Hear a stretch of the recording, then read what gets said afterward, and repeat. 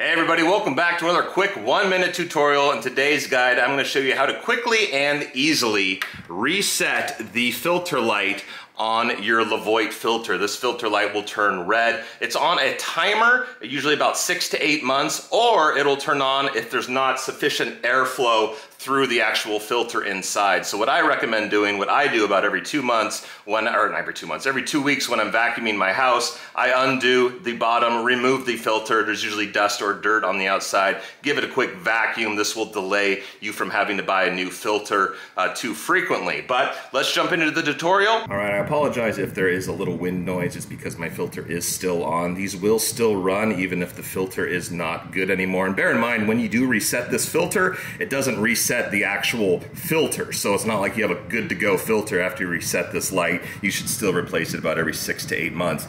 But locate the filter icon, little button, somewhere on your Levoit filter. Press and hold this for about 3 to 5 seconds.